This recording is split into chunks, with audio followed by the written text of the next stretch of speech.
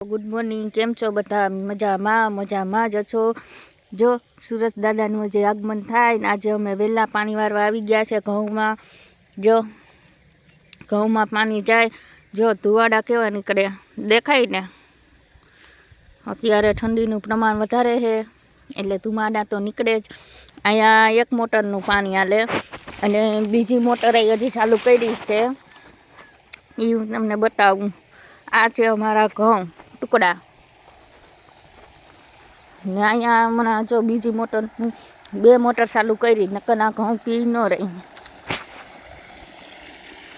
અહીંયા અમારે બીજી મોટરનું આવે પાણી ને એમાંય જો ધુવાડા નીકળે, તમે જોઈ શકો છો. ને આ બાજુ છે કાળું જીરું. હવે જો મસ્ત મજાનો નજારો દેખાડું. જો સુરજ દાદાનું આગમન થઈ રહ્યું છે, આમાં દેખાય છે. આ છે અમારી મકાઈ અને જો બે મોટરનું પાણી દેખાય. જો અહીંયા ધુમારા નીકળે અને અહીંયા પણ નીકળે છે. હવે તો આ બાજુ જો એટલા બાકી છે ને આ વચ્ચે એટલા બાકી. તો જો ઓલી બાજુ બધા દેખાય ને બંધારુંથી, એ બધાને પાણી કાલે પીવડાવી દીધી છે. આજે એટલા બાકી છે. ને આ છે અમારી વાડી. આંબા, નારિયેળી, આવું બધું છે અમારી વાડીએ. અહીંયા ઘઉં, આ છે વાલ, અહીંયા છે રીંગણી. કોને કોને વાલનું રીંગણાનું શાક ભાવે કોમેન્ટ કરી દેજો બધા. જો અહીંયા વાલ પણ છે, દેખાય ને. આ છે કાળું જીરું, બધાને કલંજી કહીએ, અમે તો કાળું જીરું જ કહીએ. એ પણ જો ત્યારે મોટું મોટું થઈ ગયું છે, પણ એને તો પાકતા બહુ વાર લાગે. જો આ નારિયેળી નાની છે ને એમાં કાંઈ નથી આવતું. આ નારિયેળીમાં આવ્યા હતા ત્રોપા, પર બધા ઉતારી લીધા, હવે નથી.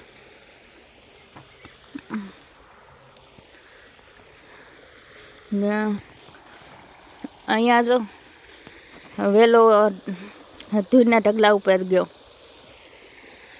આ છે ગલકાનો વેલો, પણ એ સુકાઈ ગયો. તો એમાં એક ગલકું તો હે, પણ નાનું એવું હે. જો એક બીજું આ હે. હા ભાઈ, આમાં આજ તો ચાક થઈ જાય, ગલકા હે. અને અહીંયા જો પાણીનો ધોધ આવે. આ બધું છે ને ધોવાઈ ન જાય એટલે નળિયા રાખ્યા. અહીં બાજુમાં જ જો પાણી જાય.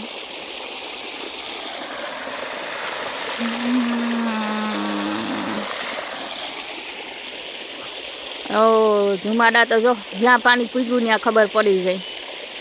ને અત્યારે તો જો ઠંડી એટલી છે ને કે ઘઉંમાં અંદર જોવા જવાનું જ મન નથી થતું ઠંડીમાં. અહીંયા થોડા થોડા નીકળે છે. જો હવે સુરજ દાદાનું આગમન થઈ ગયું છે. અત્યારે જો થતું આવે, પહેલાં કરતાં વધારે થોડા દેખાય છે.